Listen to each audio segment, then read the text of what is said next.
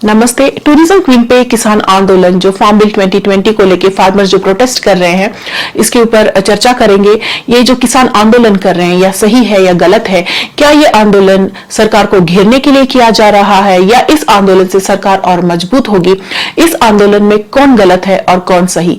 क्या किसान गलत है या सरकार गलत है, या किसानों से जुड़े हुए कायदे गलत हैं? इन सारे विषयों पे हम बातें करेंगे। ये विषय काफी गहन है और काफी जटिल है, तो ये वीडियो काफी लंबा होगा। तो आप हमारे साथ इस वीडियो के अंत तक जुड़े रहें और हमारे YouTube चैनल टूरिज्म क्वीन को सब्सक्राइब करना ना भूलें। तो चलो शुरू करते हैं। नमस्ते सर, टूरिज्म क्वीन में आपका स्वागत है। नमस्ते, धन्यवाद, आपने मुझे यहाँ पर बात करने के लिए बुलाया। तो सर, आपकी इसके पहले कि हम इस विषय पे बात करें, मैं थोड़ा सा इंट्रोडक्शन देना चाहूंगी। अनंतराव देशपांडे पुणे से हैं और ये खुद एक किसान है। इनका खुद का एक स्ट्रगल रहा है बतौर किसान और एज ए लीडर, जो एक शेतकरी संगठन जो किसानों से बनी है, किसानों के लिए बनी है। तो मैं इस बात का बिल्कुल आश्वासन दे सकती हूँ कि अनंतराव देशपांडे इनकी जो राय होगी वो बहुत ही निष्पक्ष और बिल्कुल सटीक होगी। तो सर, आपको क्या लगता है जो अभी किसान आंदोलन जो ये चल रहा है, उसके बारे में आपकी क्या राय है? मैं सबसे पहले तो इस किसान आंदोलन को जिस तरीके से केंद्र सरकार निपटा रही है, उसके बारे में केंद्र सरकार का निषेध व्यक्त करता हूँ। अच्छा। दूसरी बात यह है कि इस आंदोलन के इश्यूज जो है, विषय जो है, वो किसान के विरोध में है। अच्छा। मैं इसलिए कह रहा हूं कि किसान आंदोलन में दो प्रवाह काम करते हैं। एक है किसानों की आजादी के लिए काम करने वाला प्रवाह, और दूसरा है सरकार किसानों का ठीक ठाक करे, किसानों के ऊपर कुछ मेहरबानी करे और किसानों के लिए कुछ सहूलियतें दे, उनके लिए हामी भाव या MSP वगैरह की इससे मदद करे। तो मैं किसानों की आजादी के पक्ष में हूं, क्योंकि वो एक व्यवसायिक है, किसानी उसका व्यवसाय है और उसको व्यवसाय की आजादी मिलनी चाहिए, उसको बाजार की आजादी मिलनी चाहिए, खरीद बिक्री कहीं भी जाके कहां भी माल बेच सके, चाहे वो देश में बेच सके, जिले में बेच सके, तालुके में बेच सके या और बाहर देश में बेच सके, बिना रोक टोक एक सब होना चाहिए। और सरकार इस क्षेत्र में बहुत अड़ंगे डालती है, और इसलिए मैं किसान की आजादी के पक्ष में हूं। और ऐसे आजादी को बाधा लाने वाला कोई भी आंदोलन, उसका हम समर्थन नहीं करते हैं, इसलिए इस किसान आंदोलन का मैं समर्थन तक भी नहीं कर सकता। अच्छा, तो आप खुद एक किसान हो और आप खुद ये बोल रहे हो कि, मगर आप ये भी कह रहे हो कि आपकी किसानों की आवाज बिल्कुल दबानी नहीं चाहिए, उनका जो पक्ष है वो सुनना चाहिए। एट द सेम टाइम आप इसके बिल्कुल खिलाफ हो। तो आप आप खिलाफ हो जो भी है, क्योंकि जिस तरह से हम देख रहे हैं कि फार्म बिल 2020 चल रहा है, उसके हिसाब से तो ऐसे ही लग रहा है कि ये किसानों के हित में है। जैसे आपने अभी बोला कि वो कहीं पर भी अपना जो है धान कहीं पर भी बेच सकते हैं। तो आप थोड़ा सा आइडिया देंगे कि बेसिकली फार्म बिल्स क्या है, जो फार्म बिल 2020 है वो बेसिकली है क्या? सबसे पहले जो नरेंद्र मोदी जी ने जो 3 बिल पास किए हैं गए 1-1.5 महीने के बाद पीछे, तो वो बिल पास करने के बाद उसमें से एक बिल ऐसा है जो मंडी के बाहर किसानों को उसका अनाज बेचने की आजादी देता है। हाँ। इतने दिनों तक बिहार जैसे कुछ स्टेट्स छोड़ के बाकी सब देशों में, सब स्टेट्स में मंडियों की एक व्यवस्था बनाई थी सरकार ने, जबकि किसान सब उसका उत्पाद उस मंडी में लेके जाता था और वहीं पे उसको बेचना पड़ता था। अच्छा। इसके विपरीत और कुछ कानून ऐसे हैं कि जो कानून किसानों के बाजार व्यवस्था में बाधाएं डालते हैं, उसके बारे में हम विस्तार से चर्चा करेंगे। लेकिन सबसे पहले यह है कि अभी जो किसान का ये जो कानून बना है मोदी सरकार ने, जिसको मंडी के बाहर भी माल बेचने की आजादी मिलती है, वो स्वागत योग्य है। हाँ। लेकिन स्वागत योग्य होने के बावजूद ये कानून बनाने के बाद तुरंत नरेंद्र मोदी जी ने प्याज की निर्यात बंदी कर दी, पाम तेल की आयात करके उसके ऊपर आयात की ड्यूटी जो होती है, टैक्स, वो कम कर दिया। उससे तेल की जो ये पैदा करने वाले किसान है उसको उसको भाव मिलने में बाधा आ गई, प्याज में भाव मिलने में बाधा आ गई। और तीसरी बात यह है कि दलहन के जो ये होते हैं उसकी इंपोर्ट ज्यादा हो रही है और कर रही है मोदी सरकार। तो ये विपरीत है, उनके जो कानून बनाए उसकी विपरीत कृति है ये। अच्छा, ये जो विरोधाभास है, ये विरोधाभास सरकार ने नहीं करना चाहिए। आजादी का मतलब होता है कि बिना रोक टोक बाजार व्यवस्था चले, जिसमें ज्यादा पैदा होगा तो किसानों को नुकसान हो सकता है कभी कभी, यानी जब मुबलकता होगी, अनाज की पैदावार ज्यादा होगी तो बाजार में भाव पर गिर सकते हैं और उसको ग्राहक में फायदा मिल सकता है, उसके भाव कम हो सकते हैं। लेकिन जब उत्पाद कम होता है किसी वस्तु का और जब बाजार में टुटवाड़ा आता है, मंडी में टुटवाड़ा आता है उसका, तो थोड़ा सा उसका भाव किसानों को मिल सकते हैं। यानी डिमांड एंड सप्लाई का ये जो चेन है ये नेचुरल लेवल पे चलना चाहिए, इसमें सरकार की कोई भी डिस्टर्बेंस नहीं चाहिए, कोई सरकार ने इसमें हस्तक्षेप नहीं करना चाहिए। अच्छा, मतलब आप ये कह रहे हैं कि भले ही बिल आ गए बट उस बिल को नलिफाई करने के लिए जो एक्शंस लेनी चाहिए थी गवर्नमेंट ने, जैसे आप कह रहे हैं कि जो हम लोग इंपोर्ट कर रहे हैं वो गलत है, और वो सही बात है। अगर वो बाहर से इंपोर्ट करेंगे तो जो हमारे किसान अनाज बना रहे हैं वो कहां जाएगा, ये बात भी बिल्कुल सही है। बट जहां तक सर मैंने देखा कि कॉन्ट्रैक्ट फार्मिंग को काफी बढ़ावा दे रही है गवर्नमेंट, और कुछ लोगों का ये भी कहना है कि कॉन्ट्रैक्ट फार्मिंग से एक तरह से कॉर्पोरेट स्लेवरी आ जाएगी, इवन किसान भी स्लेव्स हो जाएंगे। बट अगर मैं देखती हूं तो वो जो भी डेथ्स हुई हैं फार्मर्स की लोन्स के चलते या फिर दूसरे कारणों के चलते, उससे तो उनको छुटकारा मिल जाएगा कॉर्पोरेट कॉन्ट्रैक्ट फार्मिंग से। तो आप कैसे कह सकते हैं कि ये किसान के खिलाफ है? किसान के खिलाफ तो इसको नहीं बोलता मैं, किसान के फेवर में है, लेकिन जितना किसान के फेवर में होना चाहिए वो उतना नहीं है। अच्छा, इसका थोड़ा सा दायरा समझिए, वो क्या है। हमारे पास दो कानून ऐसे हैं। एक टेनेंसी एक्ट है, यानी मेरी जमीन है, मैं किसी को मैं दे सकता हूँ, तो उसके ऊपर जो टेनेंट होता है वो जो दावा करके बैठता है, वो जमीन जाने का डर किसानों को बहुत बड़ी पैमाने में होता है। दूसरा कानून ऐसा है हमारा जो लैंड सीलिंग एक्ट नाम से है। तो लैंड सीलिंग एक्ट किसानों को जमीन धारण करने में बाधाएं डालता है कि जो सूखी जमीन है, बिना पानी की जो जमीन है वो 54 एकड़ से ऊपर ज्यादा नहीं रख सकता किसान। पानी की जमीन है तो 30 एकड़ 34 एकड़ के ज्यादा नहीं रख सकता। 12 महीने पानी जिसको मिलता है उसको वो 18 एकड़ ही रख सकता है, उससे ज्यादा अगर होती है उसके पास जमीन तो सरकार निकाल लेती है। तो कोई भी कंपनी या करार करने वाला, कॉन्ट्रैक्ट करने वाला कोई भी आदमी इस कानून को डर से ज्यादा जमीन किसानों से कॉन्ट्रैक्ट नहीं कर सकेगा। अच्छा,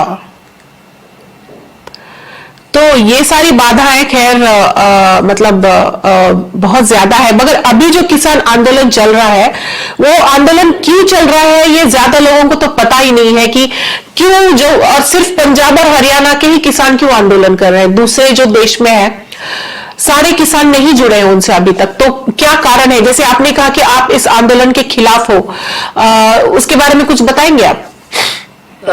मैं इसके बारे में ये बताना चाहूंगा कि हमारे देश में पीडीएस नाम की एक सिस्टम चलती है, यानी सार्वजनिक वितरण व्यवस्था, राशनिंग का। हाँ हाँ। तो ये बहुत पहले से शुरू हो गया।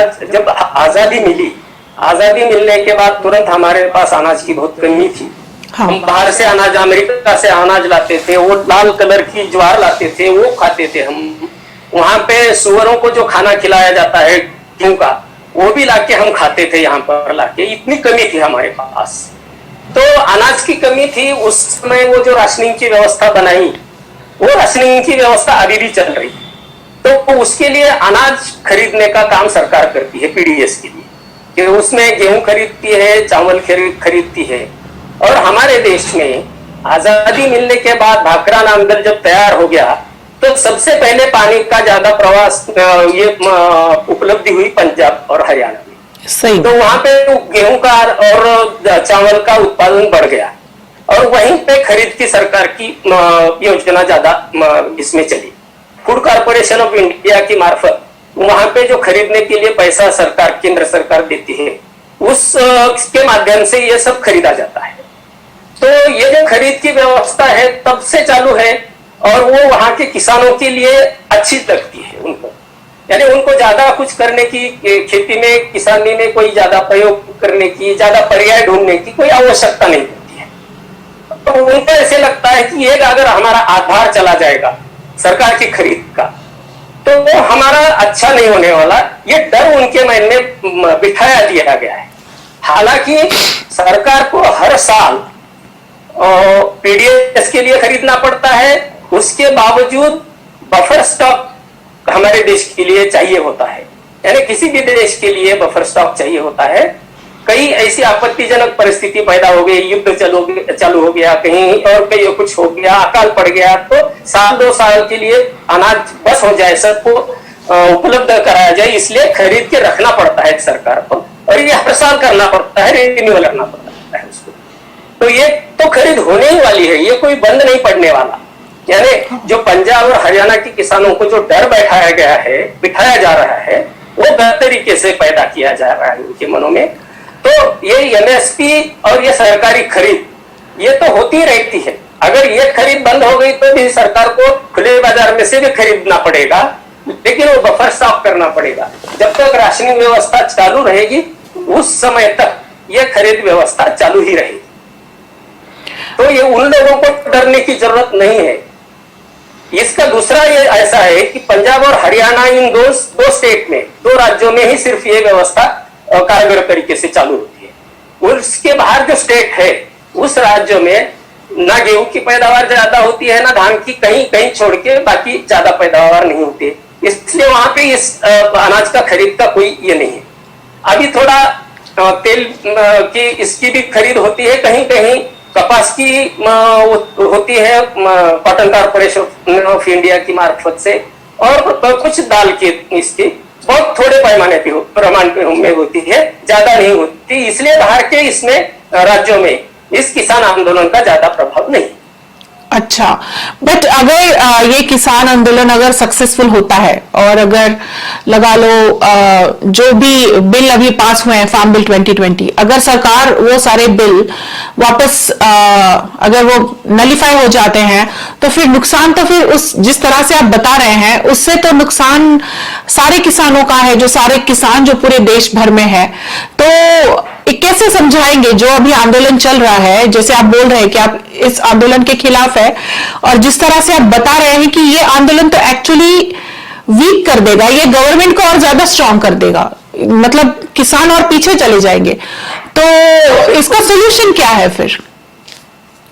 इसका सोल्यूशन है सरकार ने इससे पीछे नहीं हटना चाहिए। पहली एक बात, ये कानून वापस नहीं लेना चाहिए, बल्कि मैं तो इसका विस्तार से अभी बता दूंगा आपको कि इसमें जो ये खत्म करके बाद में वो आवश्यक वस्तु कानून पे जाएंगे। हाँ। सबसे पहली बात है कि ये कानून सरकार ने वापस नहीं लेना चाहिए किसी हाल में। और ये आंदोलन जो लोग इस आंदोलन के पीछे है, मुझे ऐसे लगता है कि उनको ये आंदोलन भड़काने का है। हाँ। और इसमें कुछ कैजुअलिटी हो किसानों की, नरेंद्र मोदी सरकार के खिलाफ इसके राजकीय इसका लाभ कुछ हो सके तो उठाया जाए, इस नियति से ये आंदोलन के पीछे कुछ लोग खड़े हैं।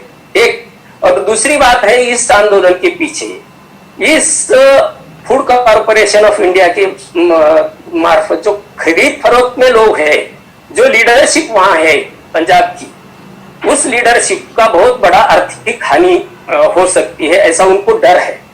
क्योंकि सारी पंजाब में इन लोगों के ही अड़ते हैं, इन लोगों के मार्फत वो खरीद होती है, इन्हीं लोगों को उसका लाभ होता है, उसकी आड़ती वगैरह की उसके कमीशंस मिलते रहते हैं। और केंद्र सरकार की मार्फत वो जो फंड्स जाते हैं वो सब राज्य सरकार को जाते हैं और राज्य सरकार वो सब कर देती है। तो इसका बड़ा रैकेट है उसमें, जैसे महाराष्ट्र में कोऑपरेटिव में चलता है, वैसे पंजाब और हरियाणा में इस खरीद फरोख्त के व्यापार में सब चलते रहता है। तो इस मतलब वजह से इन लोगों को ये चाहिए। लेकिन ये तो बात पक्की है कि सरकार की खरीदी बंद नहीं होने वाली, वो चालू रहने वाली, वो भले ही चालू रहे, उससे मुझे कोई दिक्कत नहीं है। यानी किसी फ्रीडम मांगने वाले लिबरल लोगों को भी इसमें कोई दिक्कत नहीं, वो सरकार जाने वो जाने। लेकिन उसका असर, ये कानून पीछे लेने का असर बाकी देश के बाकी राज्यों के किसानों के ऊपर बहुत बड़े बुरा होने वाला है। अच्छा, तो इसलिए मैं ये बोल रहा हूं कि ये बाकी पंजाब और हरियाणा का किसान ही किसान नहीं है। सही बात है। हमारे देश में बहुत से स्टेट है अभी, और वहां पे बहुत से किसान हैं, उनके अच्छे के लिए ये कानून तो बिल्कुल वापस नहीं लेना चाहिए, बल्कि इस कानून में और संशोधन करके ये जो आजादी है किसानों की, इसको और थोड़ा विस्तारित करना चाहिए। जैसे कि इस कानून में तीसरा कानून जो है, अत्यावश्यक वस्तु कानून में जो सुधार किए सरकार ने, ये सुधार नहीं है। सरकार के पास अभी भी उस कानून के तहत बाजार में, मंडी में हस्तक्षेप करने के बहुत बड़े अधिकार आबादित है। अच्छा, एक बात कहना चाहता हूं इस बारे में। ये जो आवश्यक कानून बनाया 1955 में पंडित जवाहरलाल नेहरू ने, ये बनाने के पीछे एक धोरण था, एक नीति थी सरकार की। ये नीति ऐसी थी कि उस समय जब चर्चा चली 1952 में, सरकार पहली जब चुन के आई, तो पहले चुनाव के बाद जब पीएम बने नेहरू जी, तो उन्होंने कहा कि हम विकास करना है तो कैसे करेंगे हम। तो दो पर्याय थे कि विकास करने के। एक पर्याय था किसानों के पास उसका पैसा रखे और वहां पे बचत पैदा हो, उसके किसानों के बेटे ही वहां पे इन्वेस्ट करे, किसानी के आजू बाजू में इंडस्ट्री तैयार हो और कॉटेज इंडस्ट्री बढ़ते बढ़ते बड़ी इंडस्ट्री में तब्दील हो जाए। लेकिन नेहरू जी को ये पसंद नहीं था। उनको चाहिए था कि सरकार की ओर से और बड़े उद्योगपतियों की ओर से बड़े बड़े उद्योग लगाए जाए, बड़े बड़े उद्योग लगा के देश का विकास करे और उद्योगों के मार्फत जो पैदा होगा वो बाहर एक्सपोर्ट करके वहां से डॉलर कमाए।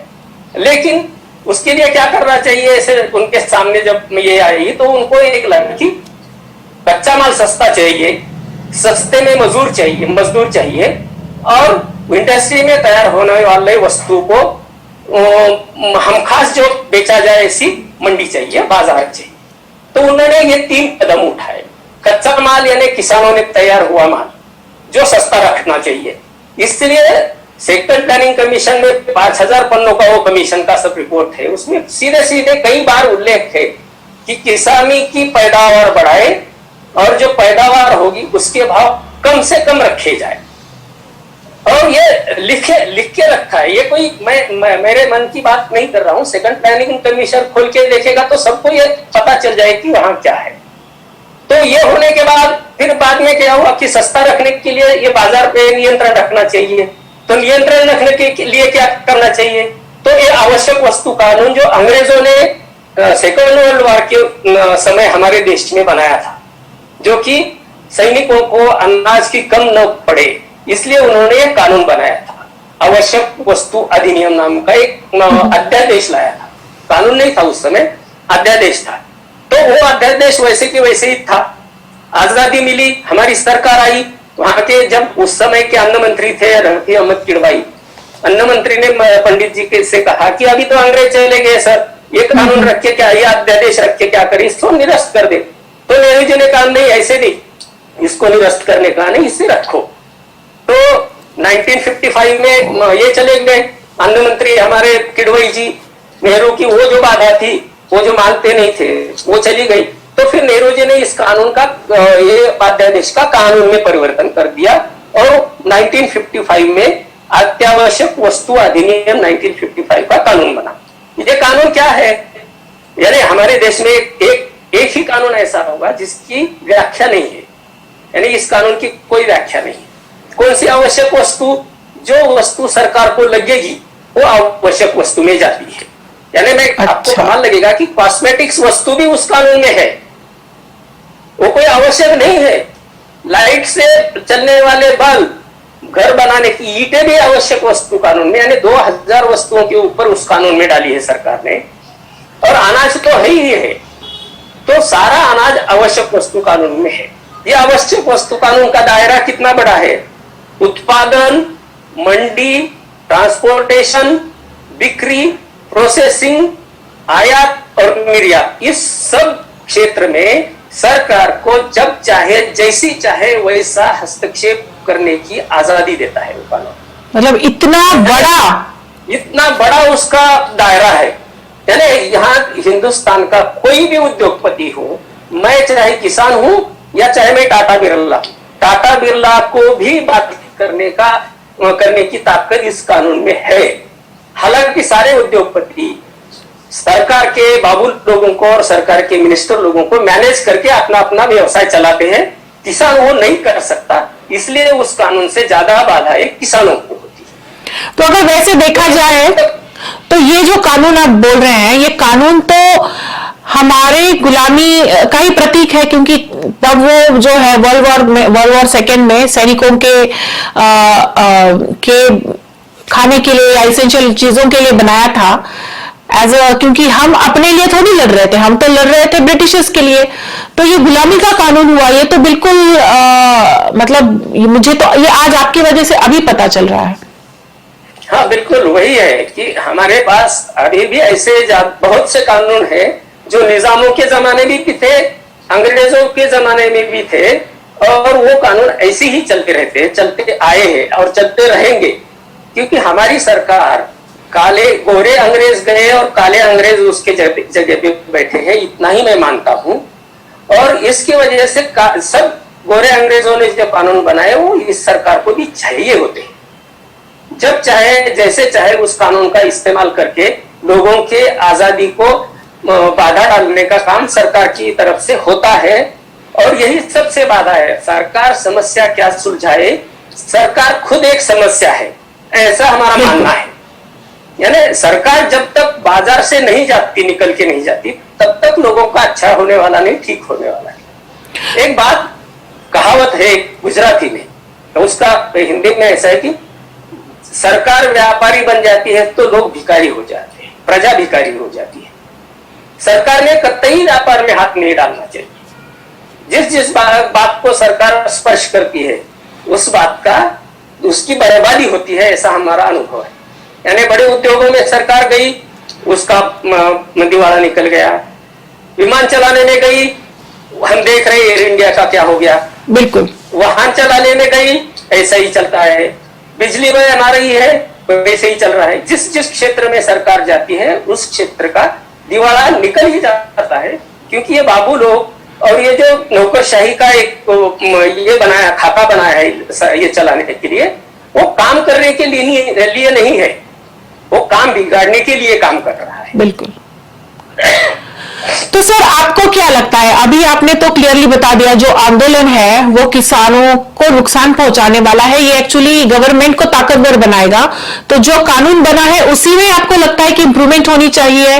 और बट अभी जो आंदोलन चल रहा है आपको क्या लगता है, जैसे आपने अभी बहुत क्लियरली बताया कि हो सकता है कि इस आंदोलन के पीछे कुछ और ताकतें काम कर रही हैं, जैसे बिचौलियों का अपना जो उनका जो स्वार्थ था वो जो है स्पेशली पंजाब हरियाणा में उसमें बाधा आ रही है, इसलिए हो सकता है कि वो एनकरेज कर रहे हैं इस आंदोलन के लिए। बट मैंने ऐसे सुना कि कुछ फॉरेन जो है ताकतें वो भी इसमें जो है जैसे आपने बताया कि इसमें हमारे देश का नुकसान है, इसमें किसानों को की ट्रेजेडी हो सकती है, किसानों का कुछ में कुछ नुकसान हो सकता है फिजिकली जो भी है। तो आपको क्या लगता है इसको कैसे हम आपको लगता है कि इसमें कुछ और ताकतें हैं जो काम कर रही हैं बिचौलियों के सिवाय, जो बाहरी ताकतें हैं, दुश्मनी ताकतें वो भी काम कर रही हैं? ये तो सरकार के पास, सरकार का जो इंटेलिजेंस है उसको सब पता होगा, जो जो है अंदर वो तो सरकार जानती है। बिल्कुल बिल्कुल होता है बिल्कुल, क्योंकि उनके पास बहुत सी ताकतें ऐसी होती है कि जो ये सब पता लगा सकती है। तो वो सरकार का काम है, मेरा नहीं।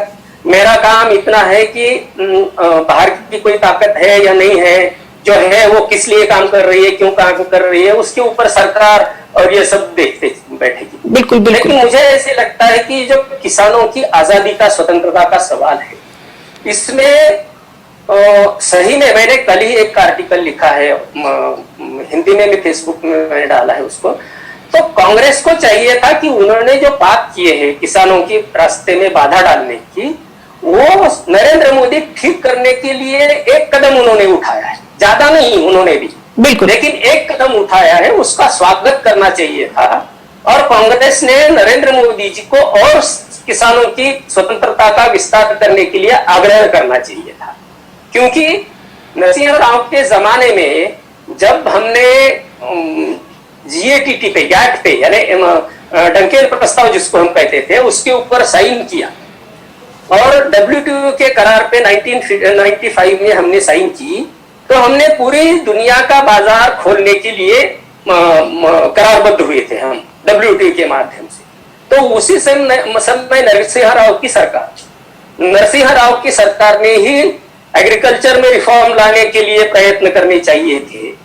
जैसे कि इंडस्ट्री में उन्होंने रिफॉर्म्स किए, कुछ इंडस्ट्री में रिफॉर्म्स किए, बाहर की पूंजी आने लगी, यहाँ पे उद्योगों में बढ़ावा मिला, उद्योगों को रोजगार बढ़े, जीडीपी बढ़ी है हमारी अच्छी तरीके से 15-20 साल चले भी, यानी हमारी जीडीपी कहीं 2-3-4% पे रहती थी, 10% पे गई नरसिंह राव के जमाने में और अटल जी के जमाने में। लेकिन उसके बाद मनमोहन सिंह जी आए, उनके भी पहले 5 साल अच्छे से चले, लेकिन उसके बाद इस रिफॉर्म की जो गति थी वो बंद हो गई। किसानी तो वैसी ही थी, यानी नरसिंह राव जी ने किसानों के ऊपर भी कोई रिफॉर्म्स नहीं लाए किसानी के क्षेत्र में, खेती के क्षेत्र में। उसका सही देखने में यह आता है कि रिफॉर्म्स का मतलब है खुलीकरण, खुला छोड़ देना। तो अभी भी लैंड सीलिंग एक्ट वैसे की वैसे बना है, अभी भी आवश्यक वस्तु कानून वैसे की वैसे बना है। तो ये रिफॉर्म्स न आने की वजह से बना है।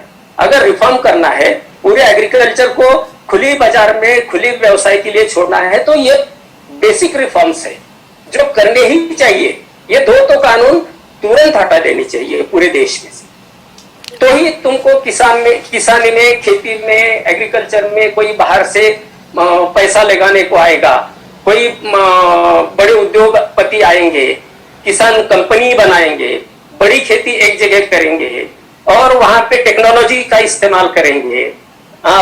यानी मैन्युअली खेती छोड़कर टेक्नोलॉजी के माध्यम से खेती करना शुरू हो जाएगी। वहां पे प्रोसेस होगा और प्रोसेस माल बाजार में आएगा। तो ये जो ये है स्टेजेस है ये विकास की। एग्रीकल्चर का जो सब प्रोडक्ट है, उत्पादन है, वो ग्राहक तक आने के लिए एक चेन बनानी पड़ती है। जैसे कि मार्क्स एंड स्पेंसर जैसे स्टोर चेन है बाहर के देश में, तो वो क्या करते हैं, किसानों को बोलती है, करार करती है उनसे 10-20 साल का कि भाई ये हम इस भाव से तुम्हारा इतना प्रोडक्ट इस क्वालिटी का खरीदेंगे, आप दे सकते हो। तो किसान भी उसके साथ करार करता है और वो फुलफिल कर देता है। जैसा माल ग्राहक को चाहिए होता है वैसा माल किसान बना के देता है। जैसे कि हमारे पास द्राक्ष का भी होता है, यानी हम बाहर द्राक्ष बेचते हैं जिसमें सरकार का इंटरफेयर नहीं है कुछ द्राक्ष के इसमें। तो बाहर के देशों में कितनी शुगर चाहिए होती है, कौन सा ऑर्गेनिक प्रोडक्ट करने चाहिए, उत्पादन करने चाहिए, यानी ये सब तरीके ये करके किसान अपना प्रोडक्ट बनाकर एक्सपोर्ट कर रहे हैं आजकल। तो ये पूरे एग्रीकल्चर में इतनी आजादी किसानों को मिलनी चाहिए, तो ही किसानों को थोड़ा सा कुछ रिलीफ मिलने की शुरुआत हो जाएगी। क्योंकि किसानी एक ऐसा क्षेत्र है जिसमें 6 महीने या साल लगता है एक उत्पादन लेने के लिए। वो कोई रोज के रोज पैसा बनाने का व्यवसाय नहीं है। बिल्कुल। दूसरी बात ऐसी है कि किसानी को 24/7 का व्यवसाय है। 24 घंटे उसमें बिजी रहना पड़ता है उसको। वातावरण चेंज होता है, कभी ओले पड़े, तूफान आता है, कभी सूखा पड़ता है, कभी बारिश ज्यादा होती, कभी समय पे आती, कभी समय पे ना आती है। इसके लिए उसको वो व्यवसाय को करने के लिए 24 घंटे बिजी रहना पड़ता है उसको। तो इसके वजह से किसानों को ज्यादा आजादी की जरूरत पड़ती है और वो आजादी बिना रोक टोक के चाहिए। तो इसके लिए सरकार को ये सब रिफॉर्म्स जो है एग्रीकल्चर में बड़ी जल्दी से करने चाहिए। और इसके सिवाय दूसरा कोई चारा नहीं है। इसका दूसरा एक मैं अर्थ आपको समझाता हूँ कि हमने एग्रीकल्चर प्रोडक्ट बनाए, बाहर के देश में तो कोई हमारा प्रोडक्ट पूछता नहीं है, क्योंकि हम कई उसमें क्वालिटी के इंडस्ट्रियल प्रोडक्ट बनाती नहीं है। बिल्कुल। यानी हमारे जो प्रोडक्ट होते हैं, जब तक हमने इसमें इंडस्ट्री में लिबरलाइजेशन नहीं लाया था, तब तक तो हमारे पास बजाज की स्कूटर बनती थी, हमारे पास एम्बेसडर कार बनती थी, सिर्फ एक या प्रीमियर पद्मिनी, ये 2 ही कारें बनती थी। तो वो बनती थी, सिर्फ हॉर्न बजता था, बाकी सब बंद होता था, बाकी सब गाड़ी बजती थी। यानी हमारे पास कोई स्पर्धा ही नहीं थी। जो भी बनेगा वो हमको खरीदना पड़ता था, और जो खरीदना पड़ता था इसलिए उद्योगपति पैसा बनाते थे और सब चलता था। बिल्कुल। खुलीकरण आ गया, सारी दुनिया से स्पर्धा करने की जब नौबत आई, तो फिर हमको बाहर के देश में क्या चाहिए इसका संशोधन करना पड़ा। उनको बाहर से पैसा भी लेना पड़ा, टेक्नोलॉजी भी लेनी पड़ी, और उस प्रोडक्ट के बराबर का प्रोडक्ट बनाने के लिए प्रयास करने पड़े। बिल्कुल। इसका दूसरा ये हो गया कि देहातों में किसानी के भाव हम कम रखने से गांवों में गरीबी इतनी बढ़ी कि अभी भी 50% लोग हमारे बाजार में ठीक से ग्राहक बनकर आ नहीं सकते। यानी वो गांव में खाने पीने में उसमें ही वो चिपक के बैठे हैं। वो कोई साबुन ज्यादा नहीं खरीद सकता, कोई और कुछ प्रोडक्ट नहीं खरीद सकता, ना गाड़ियां ले सकता, ना कुछ। थोड़ा सा अभी ये 10-15 साल में थोड़ा बना है, फर्क पड़ा है, नहीं ऐसा नहीं, लेकिन जिस गति से बढ़ना चाहिए ये नहीं पड़ा। तो इसका दूसरा असर ये होगा, इंडस्ट्री में भी मंदी के आसार आने लगे। ये तो कोरोना के पहले ही दिखने लगा। बिल्कुल। कि कोरोना के पहले भी इंडस्ट्री में मंदी आ रही थी, रोजगार कम हो रहे थे, लोगों को रोजगार नहीं मिल रहा था, और लोग बेकार के तांडे ऐसे रास्तों में घूम रहे थे। अभी भी वैसा ही है। तो आपको गांव में अगर पैसा नहीं जाएगा ज्यादा, तो गांव का ग्राहक नहीं बनेगा, और गांव का ग्राहक नहीं बनेगा, इंडस्ट्री भी मंदी में जाए। तो ये जो साइकिल है पूरी, चैन है इसकी, बहुत लंबी चैन है, अर्थचक्र।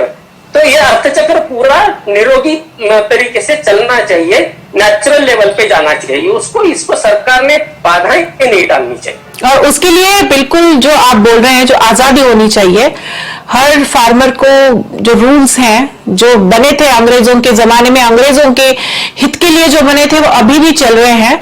तो मोदी जी ने जो रिफॉर्म लाया है वो एक बेबी स्टेप ही है, उसमें बहुत ज्यादा चेंज चाहिए।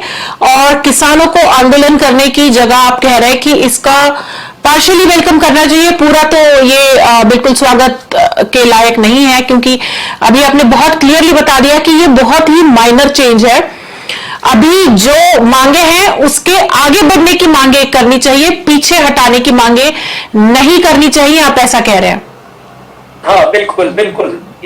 अगर आपको हिंदुस्तान का अर्थचक्र ठीक से चले, ऐसे अगर लगता है, आप उससे प्रामाणिक हो, तो किसानों की आजादी सबसे ज्यादा जरूरी है। बाबा, उस आजादी का मतलब यह है कि आवश्यक वस्तु कानून को पूरी तरह से निरस्त कर देना चाहिए, खत्म कर देना चाहिए। जमीन सीलिंग का कानून जो है उसको भी खत्म कर देना चाहिए।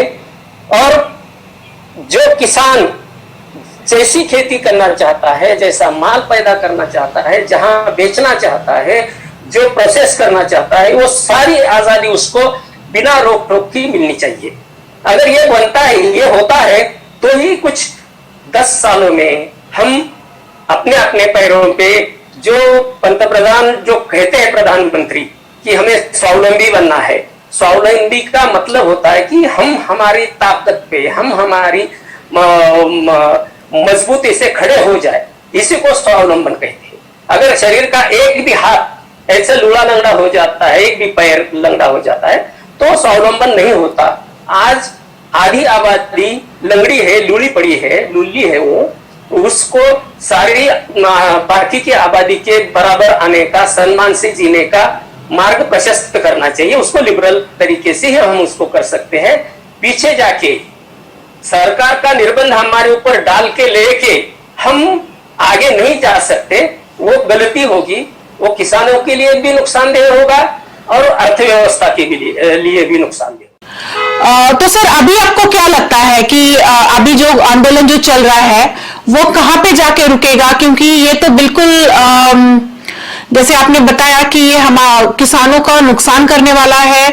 गवर्नमेंट जो ऑलरेडी जिसके हाथ में ऑलरेडी पावर है, जो हमारे जो कानून है उनके तहत, उनमें से कुछ थोड़ी बहुत बेबी स्टेप ली है मोदी गवर्नमेंट ने, वो भी अगर ये बिल वापस चले जाएंगे तो वो भी पावर चली जाएगी। तो आपको क्या लगता है ये कहाँ रुकेगा, ये कैसे इनको कौन समझाएगा, और ये आंदोलन का आपको क्या भविष्य क्या लगता है? इस आंदोलन का वैसे भविष्य क्या लगता है मैं नहीं बता सकता, लेकिन अगर कुछ सरकार इस आंदोलन को ठीक से ये नहीं कर सकी और कुछ ज्यादा अगर इसको बढ़ता है तो उसका राजकीय लाभ जिसको होगा मिलेगा, वो सब अलग बातें हैं। मैं उसमें नहीं जाना चाहता क्योंकि मैं कोई राजकीय पार्टी से तो ये नहीं हूँ, संलग्न नहीं हूँ, ना किसी का प्यार है ना मुझे किसी का द्वेष भी है। लेकिन इकोनॉमी में अगर ये कानून वापस लिए जाते हैं तो हम एक कदम पीछे जाएंगे। अच्छा, अगर इस आंदोलन से भी डटकर मुकाबला करके मोदी अगर रिफॉर्म्स को और बढ़ाएंगे, थोड़ा आजादी की ओर जाने का प्रयास करेंगे, तो इकोनॉमी के लिए अच्छा होगा, किसानों के लिए भी अच्छा रहेगा। तो ये तो राजकीय लाभ हो या नुकसान हो, मैं उसमें कोई फर्क नहीं पड़ता। हमारे पास तो बहुत बार सरकारें बदलती आती जाती रहती है, उसमें कोई ये नहीं है। यानी लोकशाही का तकाजा यह है कि कोई पार्टी आती है कोई जाती है, तो उसमें कोई मुझे ये नहीं लगेगा। फिर भी मैं ये कहूंगा कि आज अगर यहाँ पे कांग्रेस भी होती तो उसको भी यही करना पड़ता जो मोदी कर रहे हैं। अच्छा, क्योंकि हमारे पास अभी दूसरा कोई विकल्प नहीं है आगे बढ़ने के लिए, इकोनॉमी ग्रो होने के लिए। हम अगर किसानों को ऐसे ही पिछड़ा छोड़ेंगे और हमारी इकोनॉमी बढ़ेगी ऐसा सोचेंगे तो गलत कदम होंगे, वो तो हो नहीं सकता। हाँ, तो ऐसे हिंदू ग्रोथ रेट जिसको बोलते हैं हम 3% 4%, वो तो चलता रहेगा, उसमें कोई यानी हमारे पास तो कोई उसके ऊपर कोई उपाय नहीं है। लेकिन आज बड़ी गंभीरता से हमको ये सोचना पड़ेगा कि रोज आज भी 40 से 50 किसान रोज आत्महत्याएं करते हैं। अभी तक 4 लाख के लगभग किसानों ने आत्महत्याएं की है और ये कलंक है हमारे ऊपर। किसानों की फेल्यूर से अगर आत्महत्या होती है तो मैं उसका ये नहीं करता, कभी बुरा नहीं लगता मुझे भी, लेकिन ये सरकारों की बंधनों की वजह से आत्महत्या हो रही है किसानों की, ये बड़ी गंभीर बात है। और सरकारों को अभी भी ये नहीं लगता है कि हमारी वजह से सरकार आत्महत्या करती है। वो तो कुछ भी बातें बोलते रहते हैं, कोई किसान प्रेम करता है बोलता है, कोई किसान दारू पीता है बोलता है, कोई किसान लड़की का शादी में ज्यादा पैसे उड़ाता है ऐसे बोलता है, आत्महत्या करता है ऐसे बोलता है। तो ये तो गंभीरता से सोचने वाली बात नहीं है। गंभीरता से सोचने वाली बात यह है कि हमने किसानों को जकड़ रखा है बंधनों में, हमने किसानों को आजादी से किसानी करने नहीं दी, इसलिए किसान गरीबी में चला जा रहा है और आत्महत्याएं कर रहा है। ये पाप सरकार का है, ये आत्महत्याएं नहीं है, सरकार ने की हुई हत्याएं हैं और रोज सरकार ये हत्याएं कर रही है उनकी धोरणों की वजह से, उनकी कानूनों की वजह से, उनकी नीतियों की वजह से। तो ये सारी नीतियां किसान की विरोधी जो है, वो जो कानून है, जो घटनाएं हैं, जो संवैधानिक बाधाएं हैं, वो सब खत्म करनी चाहिए, जो चाहे किसी की भी सरकार हो, मोदी जी हो या कांग्रेस की आए और किसी पार्टी की आए। लेकिन ये सब जब तक हम नहीं करते तब तक हम निको स्पर्धा जिसको बोलते हैं उसको फेस नहीं कर सकेंगे, ना दुनिया से हम लड़ सकेंगे। बिल्कुल। तो आपका कहना यह है कि जो कानून बने हैं, नए जो कानून हमारे हैं, वो बिल्कुल किसानों के अगेंस्ट है, और जो नए कानून हैं वो बहुत ही बेबी स्टेप है। फिर भी मोदी गवर्नमेंट ने जो भी किया है, थोड़ा बहुत जो काम किया है, उसका स्वागत करना चाहिए। हालांकि जो प्रोटेस्ट हो रही है वो बिल्कुल गलत है, उसी से एक्चुअली किसानों का ज्यादा नुकसान होगा। और जैसे कि हम समझ रहे हैं कि सबसे ज्यादा जरूरत रिफॉर्म की है, और रिफॉर्म एक छोटे कानून बदलने से नहीं होगा। जो इसेंशियल गुड्स है उसको हटाना पड़ेगा और बहुत सारी चीजें हैं उनमें चेंजेस आने पड़ेगी जो अंग्रेजों के जमाने से कानून चल रहे हैं। Thank you very much Anant Deshpande sir, आपने ज्वाइन किया। आपसे एक्चुअली हमें बहुत सारी चीजें ऐसी पता चली जो हमें पता नहीं थी। हम ये नहीं समझ पा रहे थे कि गलत कौन है, बट सरकार गलत है सही है क्योंकि सरकार तो आती जाती है। आई थिंक अगर कुछ बदलना चाहिए तो वो है कानून। मैं यही एक निष्कर्ष निकाल रही हूं हमारे डिस्कशन से। हमें ज्वाइन करने के लिए thank you very much sir. और आप कुछ बोलना चाहेंगे ये कॉल क्लोज करने से पहले किसानों के लिए? मैं यही बोलूंगा कि आपके माध्यम से जो लोग सुनते हैं वो लोग तो किसानी से बहुत ज्यादा जुड़े नहीं होंगे। बिल्कुल।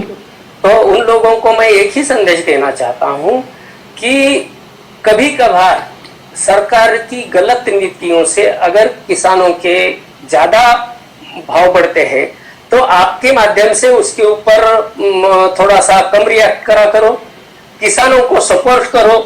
सरकार के ऊपर हम जो दबाव डालना चाहते हैं लिबरल होने के लिए, आजाद होने के लिए किसानों के सरकार के चंगुल से बचने के लिए, उसे सपोर्ट कीजिए। और आपने जो मुझे यहाँ पे बुलाया, आपके माध्यम से लोगों को आप लोग सुनेंगे, तो मैं आपका बहुत बहुत धन्यवाद करता हूँ। और सभी लोगों को यही कहूँगा कि किसानों के आजादी के पीछे आप लोग खड़े रहिए और उनको सपोर्ट कीजिए। धन्यवाद। Thank you sir. तो बिल्कुल, हम जो प्याज और आलू के भाव थोड़े दिनों के लिए चढ़ जाते हैं तो हम जितना आग बबूला होते हैं वो हमें नहीं होना चाहिए। Thank you so much sir, thanks for joining us. We are signing off from Tourism Queen. Welcome, thank you.